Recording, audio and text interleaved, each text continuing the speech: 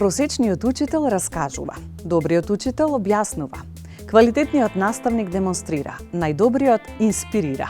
Денес во приказна ќе зборуваме токму за оваа најблагородна професија.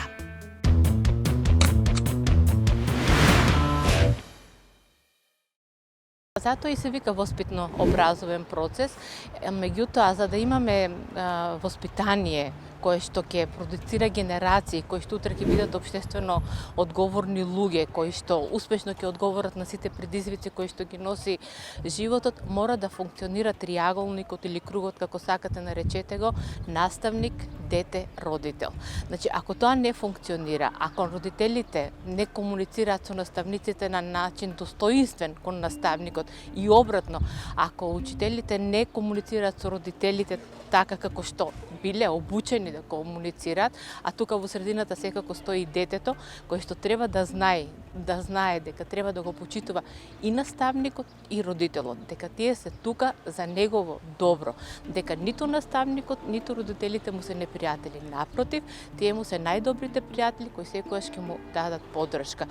Многу е важно во воспитно-образовниот процес не само да ги караме децата, да им кажуваме тоа што не е добро, да ја почнуваме секоја реченица со не така, не вака, баш обратно.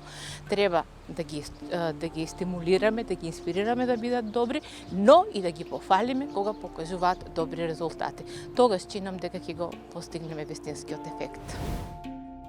Децата можеби повеќе време поминуваат со своите наставници отколку со своите родители, особено во оваа современо време кога родители се презафатени, па поголемиот дел од децата се и во целодневна настава или во продолжен престој и тие поминуваат многу време со своите наставници.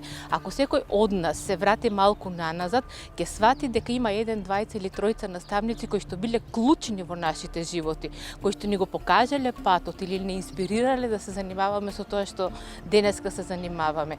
Така и на овие генерации сега што растат, многу е важно со какви наставници ќе бидат обкружени, колку тие ќе делуваат врз нив со својот модел на однесување, не само како наставници и како личности. Истото важи и за родителите, и за поширокото и за потесното семејство, затоа што никогаш не знаеме кој модел ќе го избере детето за да се идентификува во иднина и да му биде идол за тоа како ќе го постави својот животен пат. Многу е важно во секоја професија колегите да имаат поддршка едни со други, да бидат ветер во грб на еден на друг. И секогаш кога ќе почувствуваме дека некој колега постигнува успех, ние да се радуваме со него, меѓутоа и кога ќе почувствуваме дека е во некоја криза или во моментот не може да одговори на предизвикот кој што секојдневието го бара од нив, ние треба да помогнеме. Токму затоа се и овие конференции и затоа е наречено на најдобрите наставници, затоа што тука се вмрежуваат наставници кои што даваат многу повеќе од она што го бара, да речеме, секојдневниот воспитно-образовен процес. Значи, тие се наставници кои што работат многу дополнителни проекти, кои што работат и во неформалното образование, кои што се пред се како луѓе величини, кои што не се штедат себе си за да го осветлат патот на своите генерации. Кога такви наставници ќе се вмрежат и кога тие ќе создадат проекти регионални, тогаш успехот е загарантиран, а учениците кои што имаат привилегија да бидат од нив образовани, едуцирани, навистина после известно време ќе ги препознаете дека се поинакви, поразлични од оние кои што можеби немале среќа да ги имаат најдобрите наставници. Но секој наставник е најдобар за својот ученик, секој наставник се труди да го даде својот максимум, а она што општеството според мене треба да го има кон наставникот, да го вреднува на најможно високо општествено ниво, како што е во Финска, Данска, Шведска и другите развиени земји. Знаете таму како е. На наставничките факултети се запишуваат најдобрите студенти, после медицина и сите други факултети, затоа што наставникот, образованието, едукацијата е темелот на сите нас. Какви темели ќе ни постават наставниците, такви личности ние ќе станеме понатаму во животот. Успешни генерации ученици се резултат и сведоштво на нивните наставници. Наставниците кои се вредни, посветени и доследни, вешти во работењето. Добриот наставник поседува многу знаења, квалитети и вештини.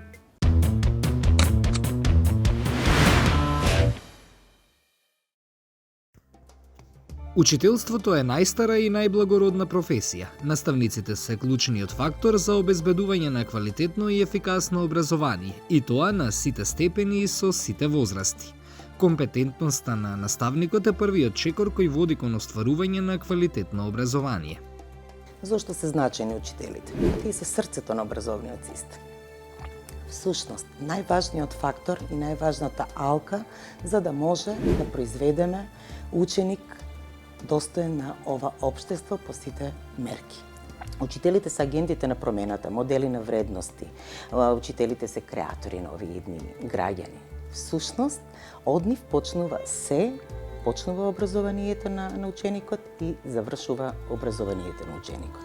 Зошто? Зошто се важни всушност и сите овие елементи како срце средина на образовниот процес. Наставникот, односно учителот е тој што инспирира. Учителот е тој што води. Учителот е тој што мотивира. Создава критички мислења кај учениците, гради безбедна, инклузивна средина. Учителот е тој кој што влијае на кариерниот избор на ученикот понатаму и особено создава критичко размислување. Учителот е најважниот елемент, особено во квалитетното образование и во контексти на промени на денешницата. Во овој период, кога во општеството се соочуваме со најразлични комплексни предизвици, всушност учителот е тој кој што дава темел за иден граѓанин. Под компетентност или стручност подразбираме добро познавање, односно владење на содржините од областа за која се држи настава и постојано следење на новите достигнувања во полето на струката и професионалната дејност. Современиот учител мора да има многу повеќе компетенции од тоа да биде единствено само како експерт во сопствената предметна област. Што е важно? Потребно е во тој поширок комплекс на професионални компетенции да не биде само пренесувач на знаење, туку напротив да се дава и една ефективна поддршка за развојот на секој ученик. Реков, покрај знаењата за конкретниот предмет, учителот треба да создава стимулативна средина. Учителот треба да развива социјални и образовни вештини, да работи на инклузија, на социјална инклузија и образовна инклузија. Учителот треба да е добар комуникатор, да има развиени комуникацијски вештини. Не само со учениците, туку и со заедницата и со родителите, кои што е особено важно. И сите овие компетенции не би биле комплетни доколку не ја поседува и компетенцијата за професионален развој, затоа што секој учител, за да може да ги следи сите овие трендови на денешницата и да може да одговори на барањата на учениците, на современите ученици, мора да се развива професионално. Денес, благодарение на дигиталната трансформација, оваа професија е суштински значајна. Образованието се наоѓа во период на значителни трансформации, резултат на брзиот технолошки развој и новите вредности на генерација Z. Како резултат на технолошката револуција се менува општеството, се менува воспитниот систем, но и образованието. Педагогијата е една толку благородна професија, една толку благородна научна дисциплина во која што луѓето кои што се занимаваат со таа професија се луѓе кои што имаат малку и поинаков карактер. Се луѓе кои што не се агресивни, луѓе кои што не се наметливи, луѓе кои што не се толерантни, кои што бараат некако разбирање од сето она и од луѓето кои што ги креираат образовните политики. Педагогијата предолго е запоставена во нашето општество. Тука само декларативно се зборува дека учењето е важно, дека образованието е важно. Образованието и професионалниот развој на наставниците е клучно прашање за секоја земја, со оглед на тоа што квалитетот на воспитно-образовниот кадар е еден од главните чинители кои влијае за нивото на образовните достигнувања на секоја индивидуа. Квалитетната воспитно-образовна работа не може да се замисли без квалитетен и одговорен воспитно-образовен кадар. Интеграцијата на технологијата во образованието е една од најзначајните потреби. Денес имаме појава на современо училиште со нов концепт и програми кои може брзо да се менуваат, што пак оваа професија ја носи пред нови предизвици. Во ерата на глобализацијата и на дигитализацијата, дигиталната писменост е императив. Наставниците треба да умеат да ја користат и да ги интегрираат дигиталните алатки, платформи и ресурсите во наставата. Тоа не само технички, туку и педагошки осмислено и да е подобрат интеракцијата, ефективноста на учењето и персонализацијата. Во современото училиште, наставникот остварува бројни улоги: планер, програмер, организатор и реализатор на воспитно-образовната работа, воспитувач, советник, дијагностичар, координатор, реализатор на процесот на учење, поттикнувач на квалитетно учење и подучување, терапевт, истражувач, верификатор.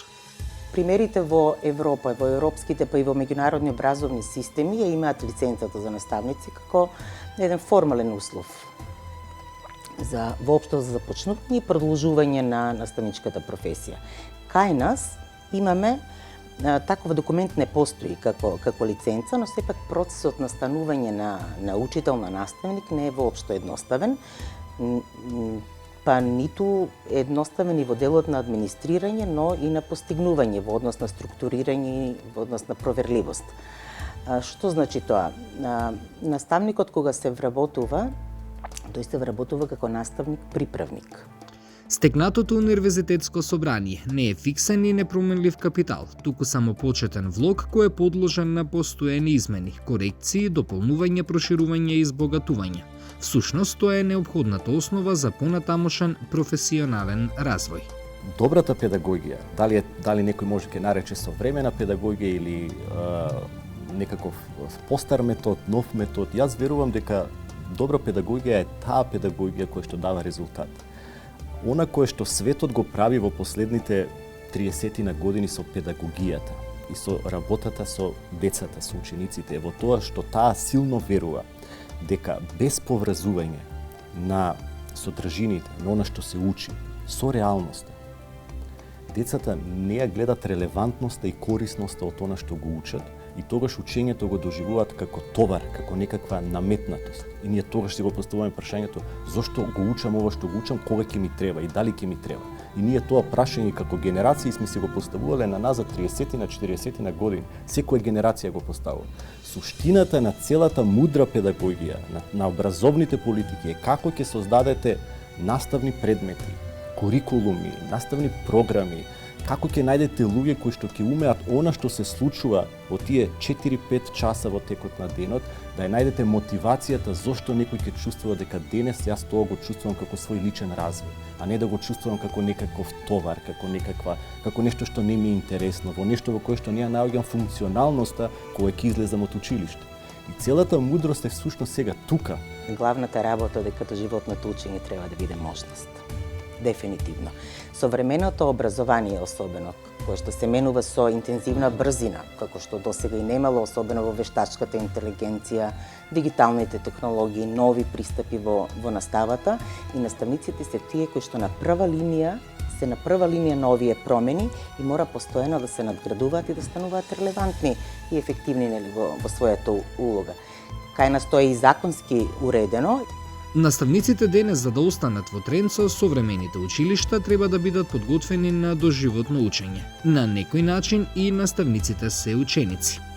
Наставниците не се и не треба да бидат само извршители на однапред зададени програми. Тие се, реков и пред малку, срцето на образованието. И секоја училница е различна. Секој ученик носи своја приказна. И токму наставниците се тие кои што треба да ги читаат на некој начин, да ги препознаваат потребите на учениците и да реагираат соодветно. И од тука автономијата не е луксус, таа е нужност на некој начин. Колективната автономија и не значи произволност, туку одговорна слобода да се одлучува за содржините, за методите, за темпото, за пристапот на наставата, вклучително водени од интересот на учениците, нивните потреби и нивните карактеристики. Светот се менува, наставните програми се менуваат, едукативната технологија се менува. Затоа и наставникот треба да се менува и да биде во чекор со ефикасните промени кои го подобруваат учењето. Само така ќе може да го надоградат своето знаење во време на брзи промени.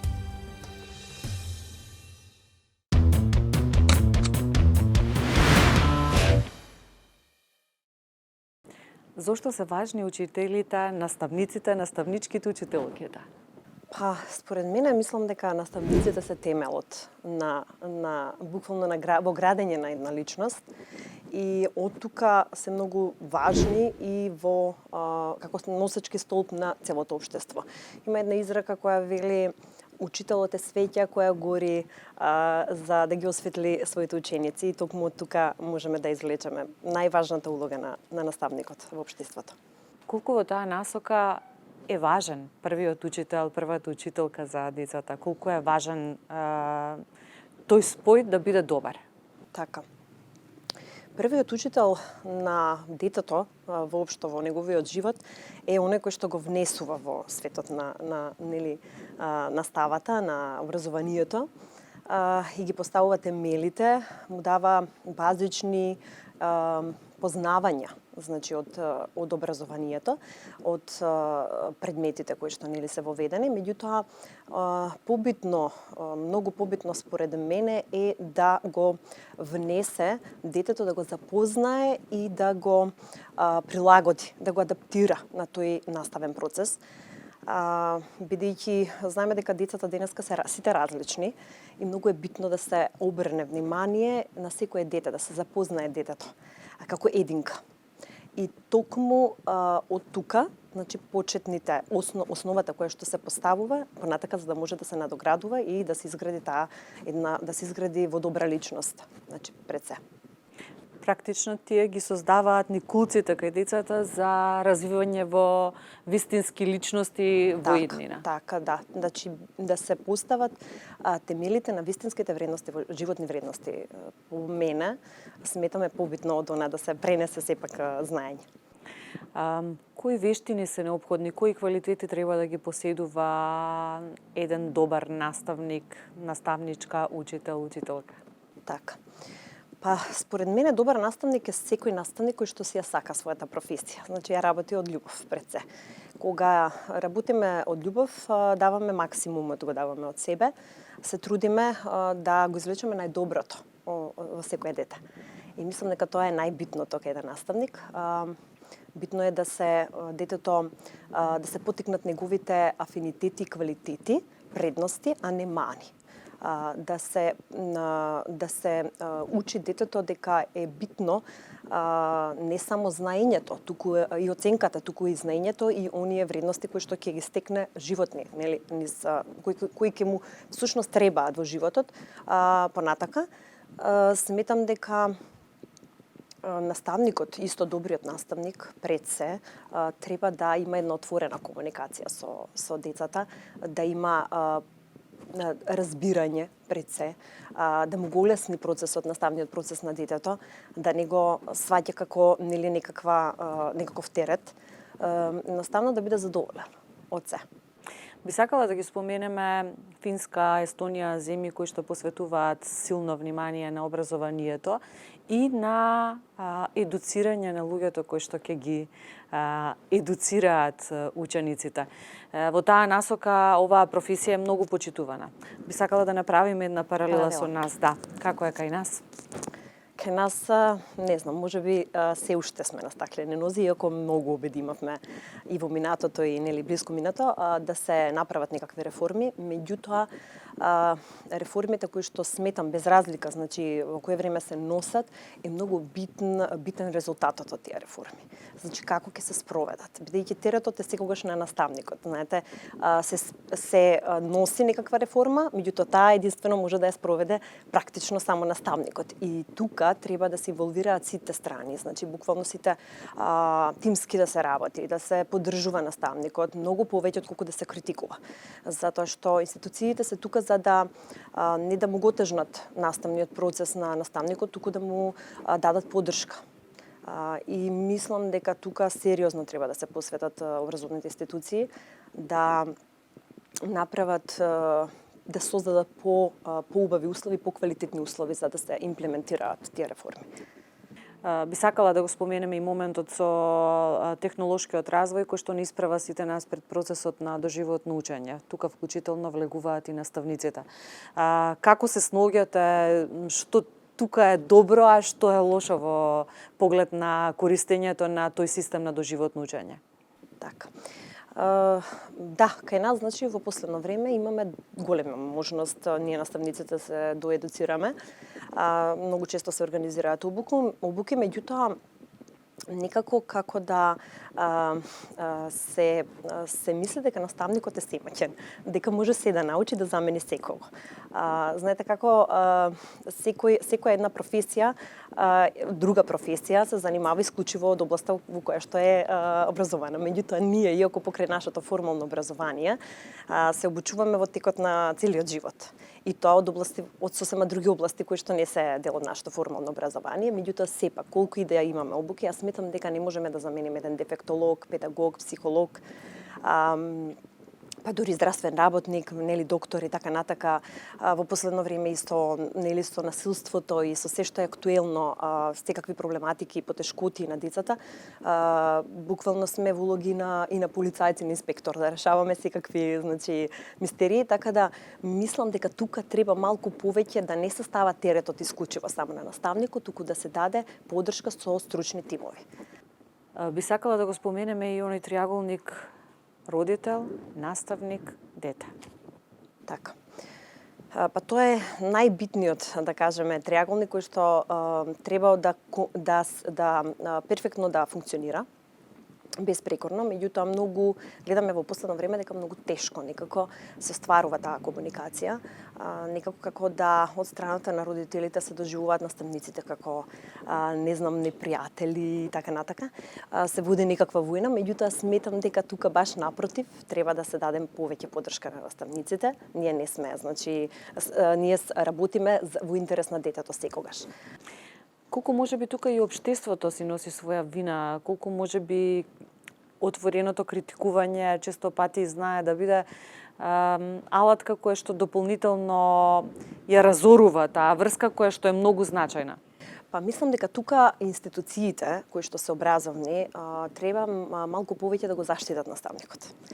Искрено, значи, знаеме дека постојат најразлични закони за заштита на децата од насилство и сето тоа, меѓутоа никаде не слушнавме каде ние би можеле наставниците да се заштитиме и да се обратиме кога трпиме насилство, а тоа многу често се случува, значи. Како изгледа еден ваш час, на кој начин ги мотивирате учениците, дали се држите стрикно до она што ви е зацртано за дента да го пренесете или понекогаш и часот го обликувате во зависност од она што ќе се затекне во училната? Кај мене, јас на мојот час најчесто сакам да бидам отворена со моите ученици, значи работам иако во зависност од предметот, бидејќи долги години предавам изборни предмети, не само базичниот матичен македонски јазик, предмет кој што го предавам. По мојот матичен предмет секогаш гледам да обрнам внимание децата да ја сватат материјата. Да ја сватат, не да ја учат само за оценка.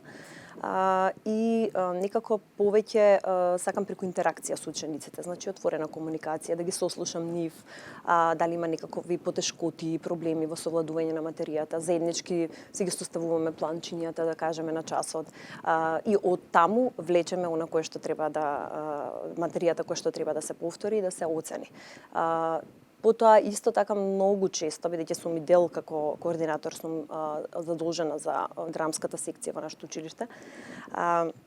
Доста 10 години веќе како значи работиме на таа тема, значи снимаме многу драмски представи, работиме децата тука самите се изјаснуваат што сакат, како сакаат да ги стакнуваме нивните таленти, афинитети и квалитети кои што да кажеме понекогаш и не се осудуваат, немаат толку самодоверба, па јас како нели наставник тука работам на нивната самодоверба за да сепак ги стакнеме нивните таленти.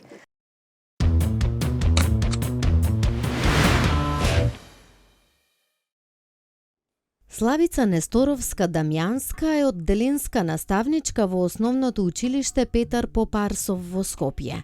Работи во целодневна настава, Славица е креативна наставничка, учесник во многу проекти во и надвор од државава. Како работам дома, ова беше музичко катче.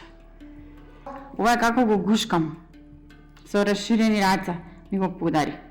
Навистина сум среќна што имав можност да работам на различни проекти во и надвор од Македонија, да соработувам со наставници од други земји, да ги споделувам искуствата, но најважно од се да направиме материјали, прирачници, ресурси кои што ќе можат да ги користат и учениците и наставниците, но не само кај нас, туку и надвор од нашата земја. Освен со колеги наставници, имав можност да соработувам и со невладени организации, што пак ми даде едно ново гледање на работите во образованието, бидејќи тие не се директно инволвирани, но работат во неформалното образование. Па нивните искуства навистина многу ми значат и го сменија моето мислење на дел од работите. Сакав сите тие работи да ги пренесам тука кај нас, но морам да ги споменам невладиното здружение Екологик, кој што ја препозна мојата желба и страст за да направам нешто повеќе во образовниот систем и тие беа тие кои што ме поттикнаа и така започна нашата приказна и нашата соработка. Како наставничка најмногу се соочував со тоа дека немаме доволно ресурси и материјали дополнителни кои што ќе бидат на македонски јазик. Иако нашите деца знаеме, свесни сме дека разбираат англиски јазик, го говорат англискиот јазик, сметам дека треба да го негуваме македонскиот јазик. Оттаму поттикната, проектите на кои што работам го инициираат токму тоа. Правиме прирачници, материјали кои што ќе може да ги користат наставниците во наставата, потоа разни видеа, сценарија за час, готови сценарија за час, кои што ќе може да ги користат и што најважно обработуваат теми кои што се поврзани со климатските промени, еколошкото образование, одржливиот развој на градовите, одржливи градини, потоа апсайклинг, градење на градови преку апсайклинг, учење низ игра, користење на лего коцките како материјал за учење. Навистина добивме еден прекрасен материјал низ сите овие проекти кои што е на македонски јазик. Оваа учебна година Славица работи со првачиња. Атмосферата е навистина забавна. Секогаш се трудам часот да е динамичен и интерактивен. Користам многу визуелни алатки, онлайн алатки, дигитални алатки. Пред се сакам децата да се чувствуваат сигурно во оваа средина, во оваа училница. Често знам да шетам низ книжарниците низ градот и да купувам најразлични вежбанки, книги, се што ќе излезе ново на пазарот, морам да го имам. Сакам да им го покажам и да видат дека има и некои други работи, дека не се само учебниците тие од кои што може да се учи. Најразлични маркери, фломастери, печати. Кога патувам, не може да ни влезам во нека продавница за играчки, каде што ќе набавам нови интересни материјали со кои што потоа ќе може да учиме, но на еден малку поинаков начин. Во зависност од предметот се трудам да вклучам разни експерименти. Многу им се интересни кога правиме експерименти на децата. Исто така кога ќе ме видат со лего куцките, тоа е такво едно викање, една радост. Секогаш сакам да е интересно и забавно. Сакам во училницата да има еден тимски дух. Многу често сакам со учениците да работиме тимски, да работат во парови, во групи, бидејќи на овие деца никако како да им недостасува тој тимскиот дух. На часовите по ликовно често знаеме да патуваме во странство, односно во странски земји преку музиката. Пуштаме музика, одлучуваме во која земја ќе патуваме и така ја слушаат и ја изучуваат земјата. Многу интересно кога тие додека сликаат и патуваат заедно во умот. Во училницата се трудам да не се чувствува ни еден ученик запоставено, игнорирано, помалку важно. Чисто на првачињата знам да им кажам дека сите ги сакам подеднакво. Тоа им го повторувам често, посебно сега, додека се мали, додека стикнеме таа меѓусебна доверба. Дека сите се исти, дека подеднакво ги сакам, дека сите грешиме. Дека на секому може да му се случи да сгреши. Тие се плашат да кажат нешто за да не сгрешат. Живееме во општество кое што е осудувачко и секогаш се бараат грешките. Не, треба да се кажат работите, па макар и да се сгреши, дека јас сум во училницата токму за тоа, да ги научам, не за да ги критикувам. Пофалбата е многу важна. И треба многу почесто и како родители да си ги фалиме нашите деца, да ги пофалиме доколку тие кажат и направат нешто убаво. Тоа ќе биде мотив и поттик за да понатаму не се плашат да го кажат своето мислење, па макар и сгрешиле. Луѓето кои ја работат оваа навистина благородна професија се многу важни во животот на децата. Всушност наставниците имаат значаен ефект на целото општество. Нескромно, но од наставниците зависи какви ќе бидат идните лидери, научници, доктори, професори. За жал, морам да кажам дека во последно време некако наставниците не се ценат доволно, не се почитуваат доволно, иако навистина во ова време вложуваме толку многу напори во ова модерно време на дигитализација, се соочуваме со толку многу проблеми, внимаваме на воспитанието на децата, на образованието, внимаваме на емоционалната состојба на децата, правата на децата, но секогаш сме на мета на медиумите, на интернет порталите, секогаш сме критикувани и секогаш сме под лупа и не ги бараат грешките. Да не ги забравиме родителите, навистина се прави еден голем притисок врз нас, не се свесни како ние се чувствуваме кога постојано ни се бараат грешките. За да се смени сето тоа, мислам дека треба родителите да разговараат со децата на темата почит и почитување, прво тие самите да не почитуваат, за да може да не почитуваат децата. Секогаш работите доаѓаат од дома. Првиот контакт со училиштето е токму со првата учителка. Таа не дочекува пред училиштето и не внесува во училницата. Сите се сеќаваме на нашите први учители. Сеќавањето претежно предизвикува насмевка на нашето лице и убави емоции. Првата наставничка пред се треба да ги сака децата. Оти децата веднаш препознаваат дали ги сакате или дали си ја сакате професијата воопшто. Наставничката треба да е грижлива, топла, емпатична, да ги мотивира, да биде трпелива. За една наставничка многу е важно да биде трпелива и да може да одговори на едно исто прашање минимум 10 пати во тек на часот. Трпеливоста е многу значајна особина за еден наставник. Наставничката е таа која што можеби поради неа децата ќе го сакаат или нема да го сакаат училиштето. Да не забораваме дека ние сме им модел, не само со однесување, со предавање, со говорење, со физичкиот изглед, со нашиот стил на живење. Да не забораваме дека и од кога ќе излеземе надвор од училиштето, ние сме нивни наставници. Нечи идол и нечи херој.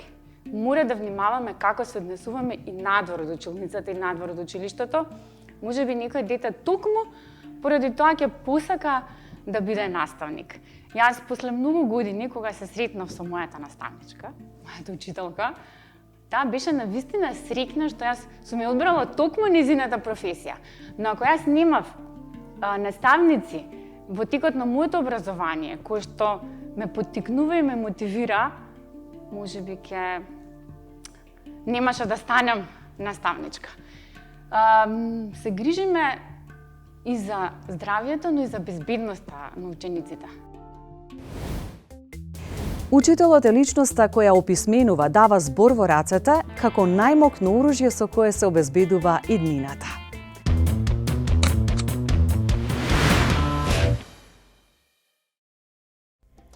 Учителите се водечка светлина за учениците. Тие им го покажуваат правилниот пат и им помагаат на учениците да откријат повеќе за себе. Дефинитивно е потврдено дека вие од секој ученик можете да излечете и да направите нешто. Суштината е како ние тоа го правиме. Значи, ние тука имаме огромен предизвик пред нас како образовни институции, како ќе создаваме наставници кои што ќе имат таква слобода во која што ќе ги постигнуваат и ќе ги изликуваат потенцијалите од секој ученик. Првиот учител или учителка се суштински важни. Тие го трасираат патот и развојот на нашите деца. Да се биде наставник со еден збор представува огромен предизвик, доблест, но од друга страна представува и огромна љубов и емпатија. Наставничката професија е професија од која што потекнуваат сите понатамошни професии што ги имаме денес.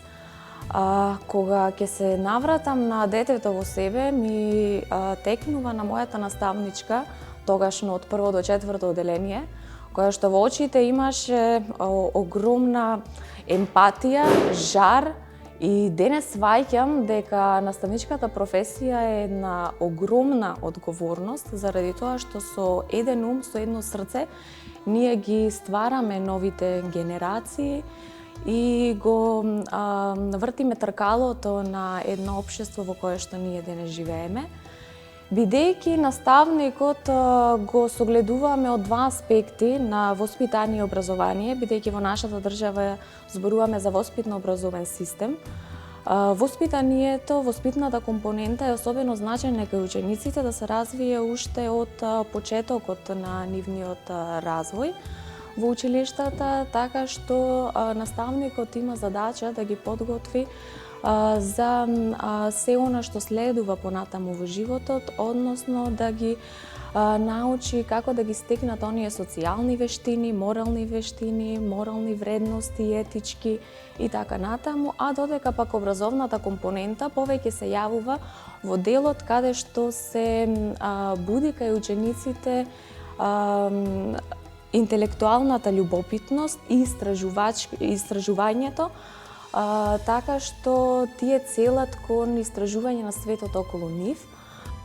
Истражувањата докажуваат дека постигнувањата, вештините и знаењето на учениците во голема мера зависат од вештините, умешноста и посветеноста на наставниците.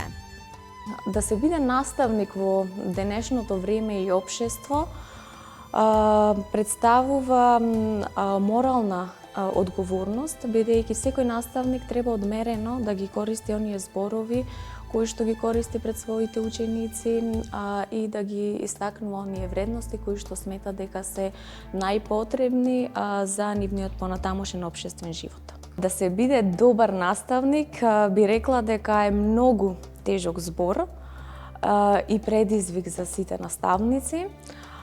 Секогаш кога зборуваме за знаења, вештини, компетенции и способности на наставниците, најчесто го користиме зборот компетенции, бидејќи компетенцијата пак во себе ги содржи знаењата, вештините и способностите што треба да ги поседува еден наставник. Наставниците пред се потребно е да ги поседуваат основните компетенции за наставници, па по нивното развивање следат и оние компетенции или вештини кои што ги нарекуваме меки вештини. Стекнувањето диплома е првиот услов за добивање квалификација за работа како учител-воспитувач, но сам по себе е недоволен. Компетентноста за работа во детска градинка и основно училиште како дипломиран учител, воспитувач, се потврдува со полагање државен испит пред Националната агенција за квалитет на образованието. Образованието започнува од најмала возраст. Предучилишното образование на возраст од 3 до 6 години е од клучно значење за развојот на мозокот и учењето, особено развивање на интелектуална љубопитност, истрајност, социјални вештини и емотивна стабилност во детството и адолесцентските години. Овие вештини се подеднакво важни за успехот на децата во доживотното учење, социјалната интеграција, личниот развој и подоцна при вработувањето. Доживотното учење го согледуваме од аспект на лонгитудинално учење кое што се протега низ целиот наш живот, така да истото не подготвува нас за сето она што следи предвремено, туку доживотното учење го правиме во текот на нашиот живот и сите оние предизвици кои што ни ги пружи општеството, се обидуваме да се справиме со нив. Од една страна, доживотното учење представува можеби товар, но јас сум поборник на тоа дека представува предизвик, бидејќи секој предизвик е даден за да предизвика товар, но од друга страна сето тоа да резултира со соочување на сите оние проблеми кои што ни се пружат и да се најде едно оптимално решение за сето тоа, нели, како пакет, а наставникот, конкретно за него, тој секогаш ќе представува ученик, бидејќи тој мора да биде во тек со сите оние воспитно-образовни промени и реформи што се случуваат кај нас, да биде и креатор на образовните политики и да ги следи сите оние промени во стратегиите, методите и техниките кои што се спроведуваат заради технолошката експанзија која што имаме денес. Предучилишното образование е незадолжително и се уредува со Законот за заштита на децата. Успешниот наставник ја сака својата професија, сака да работи со деца и млади, верува во нивните можности и се радува на успесите што тие ги постигнуваат. Што од еден наставник за да биде доволно добар за новите генерации или генерации Z кои што ги викаме и кои што ги подготвуваме ние денес, неопходно е да ги познава сите оние нови системи на педагошко водење, кои што од него бараат пак и примена на нови и современи методи и техники во целокупниот тек на реализација на наставата. Па затоа и денес зборуваме за развивањето на дигиталните компетенции кај наставниците, бидејќи од тоа зависи пак и имплементацијата на дигиталната технологија во воспитно-образовниот процес, што од наставниците бара одредена способност за имплементирање и користење на дигиталните алатки и платформите кои што го потпомагаат процесот на учење на учениците. Во овој дел не смее да остане изоставен и делот на психолошкиот развој и потребите на учениците, односно се знае како со нив во одреден дел да се разговара и кои се нивните можности, афинитети и способности за понатамошниот развој. Наставникот не е само предавач по соодветниот предмет, туку тој треба да покажува грижа за севкупниот развој на учениците, да е отворен за комуникација и помош и да им дава поддршка кога им е потребна. Наставникот верува дека професијата што ја врши е важна не само за учениците, туку и за општеството и верува дека позитивните промени кај учениците водат кон позитивни промени во општеството како целина.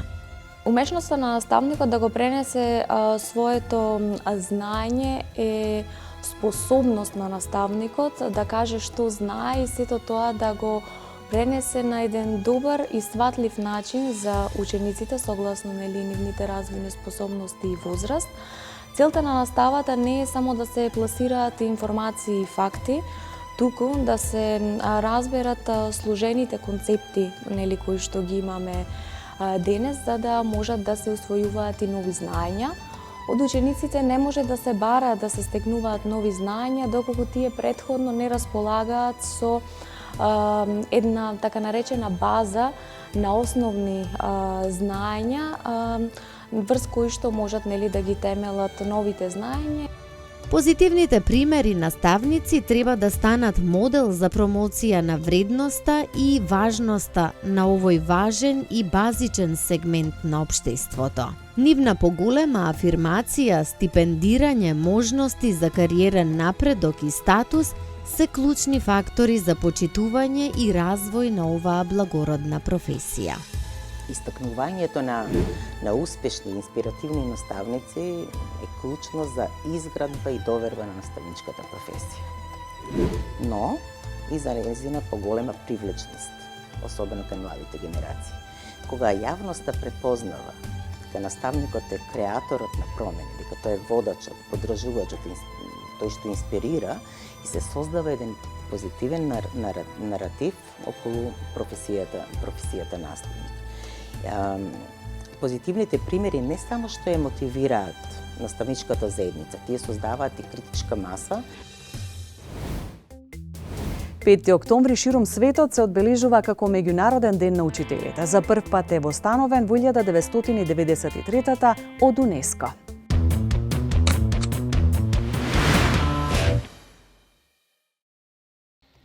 Првата македонска учителска школа е отворена во Скопје во месец февруари 1945 година. Формирањето на првото основно училиште во Македонија представува значаен настан во културната историја за народот.